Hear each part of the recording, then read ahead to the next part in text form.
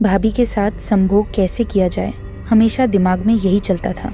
बस ज़रूरत थी तो एक मौके की। मेरी शादी के समय घर में उत्सव का माहौल था और बड़े भाई की शादी के बाद भाभी के घर में आने से परिवार में नई ऊर्जा का संचार हुआ। भाभी का मजाकिया और शरारती स्वभाव सभी को पसंद आता था। शुरुआत में मैं उनकी बातों पर सिर्फ मुस्कुराता और उन्हें सुनता, लेकिन धीरे धीरे मुझे एहसास हुआ कि मैं उनके प्रति आकर्षित हो रहा हूँ।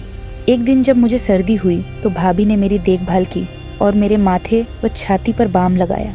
उस क्षण मुझे लगा कि शायद भाभी के मन में भी मेरे लिए कुछ भावनाएं हैं।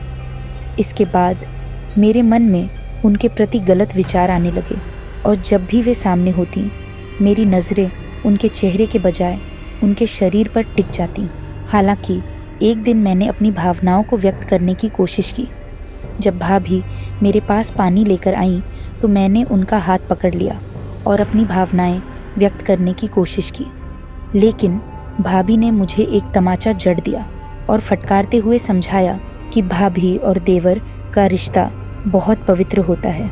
उन्होंने कहा, तुम्हारी सोच गलत दिशा में जा रही है और अश्लील फिल्मों के प्रभाव में है। भाभी की बातों ने मुझे झकझोर कर रख दिया और सोचने पर मजबूर कर दिया कि मेरी सोच किस दिशा में जा रही है। कुछ समय बाद मैंने एक डॉक्टर से परामर्श लिया।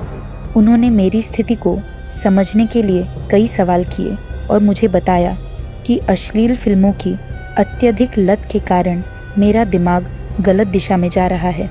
ऐसी फिल्मों में महिलाओं को वस्तु की तरह प्रस्तुत किया जाता है, जिससे हमारी सोच पर नकारात्मक प्रभाव पड़ता है।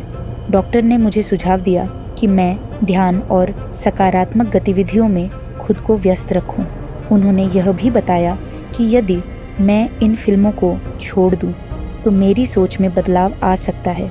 आज 6 महीने बीत चुके हैं। मैंने अश्लील फिल्मों को पूरी तरह से छोड़ दिया है और खुद को सकारात्मक कार्यों में व्यस्त रखा है। अब मैं इस अनुभव को दूसरों के साथ साझा करता हूँ ताकि वे भी इस जाल से बाहर निकल सकें। इस कहानी को साझा करने का उद्देश्य यह है कि लोग समझ सकें कि अश्लील फिल्मों का हमारे मन और समाज पर कितना गहरा प्रभाव पड़ता है। अगर आप भी इस समस्या से जूझ रहे हैं तो अभी से संकल्प लें और एक सकारात्मक जीवन की ओर कदम बढ़ाएं।